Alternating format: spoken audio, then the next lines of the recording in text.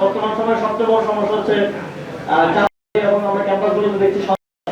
তো এর থেকে মুক্তি পাওয়ার জন্য আমাদেরকে একটা সন্তান আর একটা চালক যদি দিতেন,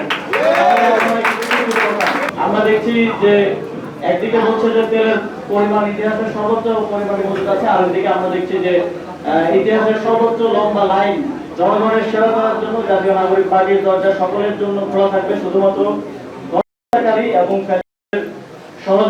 সহযোগী ছাড়া, এবং বাকি সবার জন্য এই পার্টির দরজা খোলা থাকবে। এবং আমরা আপনাদেরকে আমাদের পার্টিতে একটি নতুন বাংলাদেশ, সুন্দর বাংলাদেশ নির্মাণের জন্য আহ্বান জানাতে চাই। নির্বাচন আগে আমরা শুনতাম যে নির্বাচন হলেই সব সমস্যা নাকি সমাধান হয়ে যাবে, কিন্তু নির্বাচনের পরে আমরা দেখছি যে এই সরকার ভাবে ফেল করছে। শুধুমাত্র জনগণের জন আকাঙ্ক্ষা এবং গণভোটের রায় বাস্তবায়নের ক্ষেত্রে নয়, সেক্ষেত্রে তো তারা ফেল করেছে। এই রাষ্ট্র পরিচালনার ক্ষেত্র, প্রশাসনিক ক্ষেত্র তারা তাদের যে ব্যর্থতা, সেই ব্যর্থতার পরিচয় দিচ্ছে। এখন যেই বৈশ্বিক সংকট চলছে, এই ধরনের সংকট বাংলাদেশে অনেক অতিক্রম করে এসেছে। অন্তর্বর্তীকালীন সরকারের সময়ে এবং নানা ধরনের সংকট, নানা ধরনের পরাশক্তির হুমকি সরকার পার করে এসেছে। এটা এত বাজে পারফর্ম করছে আমরা দেখি নাই। আমরা দেখছি যে একদিকে বলছে যে তেলের পরিমাণ ইতিহাসের সর্বোচ্চ পরিমাণে মজুদ আছে, আর ওইদিকে আমরা দেখছি যে ইতিহাসের সর্বোচ্চ লম্বা লাইন আমরা পেট্রোল পাম্পগুলোতে দেখছি।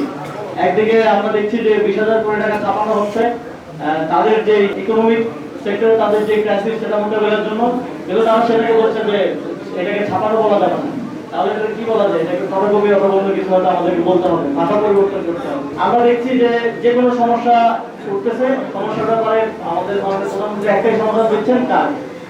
যে কোনো সমস্যা আসতেছে কাজ। তো আজকে বাংলাদেশের বর্তমান সময়ে সবচেয়ে বড় সমস্যা হচ্ছে এবং আমরা ক্যাম্পাসগুলোতে দেখছি। তো এর থেকে মুক্তি পাওয়ার জন্য আমাদেরকে একটা সন্তান আর একটা চালক যদি দিতেন, এবং আমরা এই সরকারকে একইভাবে জনগণের জনগণের বাস্তবায়নে যেমন ব্যর্থ হতে দেখছি, একইভাবে প্রশাসনিক ভাবেও ব্যর্থ হতে দেখছি। এই জায়গা থেকে আমরা মনে করছি বাংলাদেশের যে কাঙ্ক্ষিত মুক্তি, সেই মুক্তির প্রত্যাশায় বাংলাদেশের জনগণ গণভোট এবং জাতীয় নির্বাচনে ভোট দিয়েছে, সেটা আরো সুদূর পরাহত হচ্ছে। সেই জায়গা থেকে আমরা মনে করি এই সকল সমস্যার সমাধান হচ্ছে রাজনৈতিক। আমাদের এই অগ্রযাত্রায় আপনারা আমাদের পাশে থাকবেন, এটাই আমাদের প্রত্যাশা থাকবে। এবং আমরা এই অগ্রযাত্রায় আমাদের দীর্ঘ ফ্যাসিবাদের সময় যারা নিপীড়িত হয়েছেন, রাজপথে গুরুত্বপূর্ণ ভূমিকা রেখেছেন, ইসাক ভাইদের মতো যারা আছেন, তাদের সংযুক্তির মধ্য দিয়ে জাতীয় নাগরিক পার্টি দিনে দিনে আরো শক্তিশালী হচ্ছে।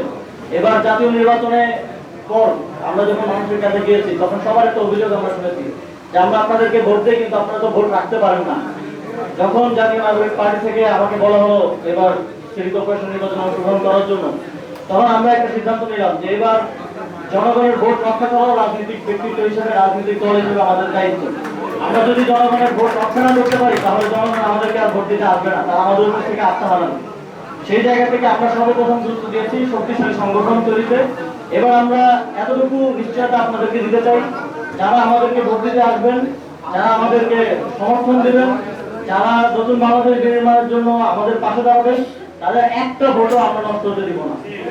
আমরা প্রত্যেকটি কেন্দ্রে শক্তিশালী ভাবে আমরা পাহারা দিব।